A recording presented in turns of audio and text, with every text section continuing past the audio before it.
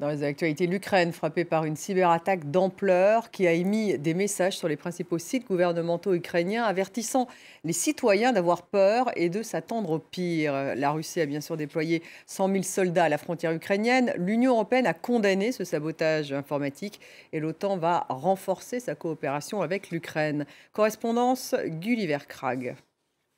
Le message des hackers qui est apparu sur le site du ministère des Affaires étrangères ukrainien ce matin, ainsi que le ministère de l'Éducation et environ 70 autres sites gouvernementaux à la capitale et en région, selon les autorités ukrainiennes, était écrit en ukrainien, en russe et en polonais.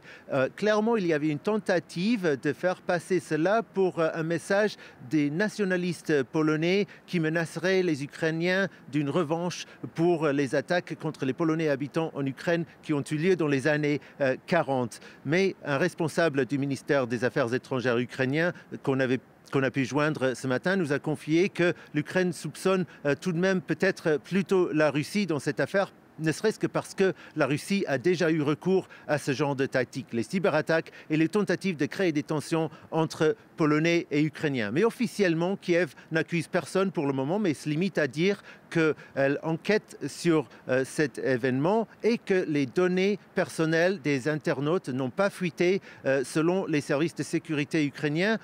Il n'y a pas de données importantes qui aient fuité suite à cette attaque. Mais bien sûr, c'est un cyberattaque qui intervient dans un contexte de tension entre l'Ukraine et la Russie, pendant laquelle l'Ukraine craint, entre autres, justement des cyberattaques venant de la Russie. Et une théorie possible sur ce qui s'est passé aujourd'hui, c'est que c'est une sorte d'avertissement ou bien juste un test, une tentative de vérifier ce de quoi les hackers sont capables.